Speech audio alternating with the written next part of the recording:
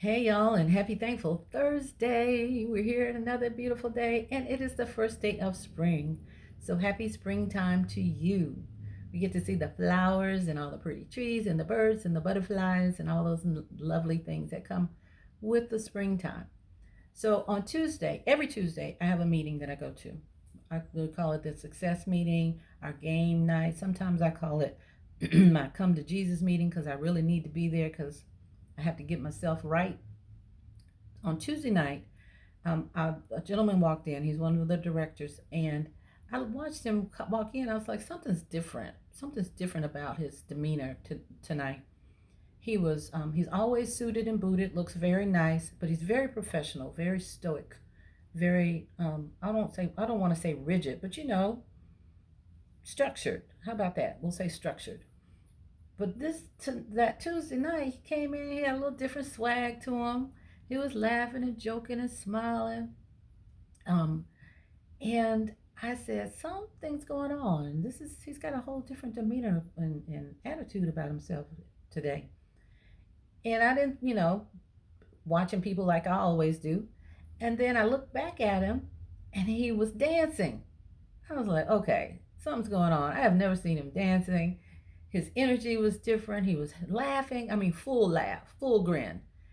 And come to find out, during the time when the directors introduced themselves, and he and his wife are six-figure earners, and he had said that on Thursday, the prior Thursday, the company that he had worked for 25 years let him go, and he had a good job. He was making six figures over there too, but he was like happy, y'all.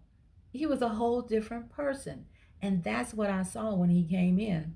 Even though I don't talk to him that often, and we don't communicate like that all the time, but we see each other every Tuesday, we speak. But I could tell that there was something different about him. And what the difference was he was free. He no longer, there's a gospel song, I'm free, chains no longer holding me, or something like that. But that's where he was. He was free. He was no longer having to worry about walking into a building that you have given 25 years of your life to, or logging onto a computer at this point, and that you've to a company you've given 25 years to, and not knowing whether you're going to have a job, or probably doing stuff for people who were crazy, all kinds of nonsense. But he was free, and that was the best thing that could happen to him. And he's a different person now. He's got a different focus. It's like you've been given a new lease on life. And I thought about 20 years ago, I was fired. For years, I said, oh, um, my department reorganized, and no, they fired my butt. And it was the best thing that could happen to me because I should have been gone, but I didn't have the courage to leave because I was comfortable making that little bit of money doing that nonsense stuff. I actually liked what I did. I'll take that back. I liked what I did. I didn't like who I worked for. Full disclosure. We couldn't stand each other. So, but when they let me go, initially I was like, oh, okay, what can I do to make it better? And they were like, nothing. I'm like, cool. What do I need to do?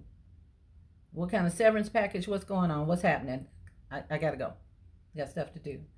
And the other thing is, I didn't realize, and I did not know, not that I didn't realize, I had no clue of what was coming several months later with my sister and her husband dying in a motorcycle accident, my dad having a bad surgery and passing away 7 months later.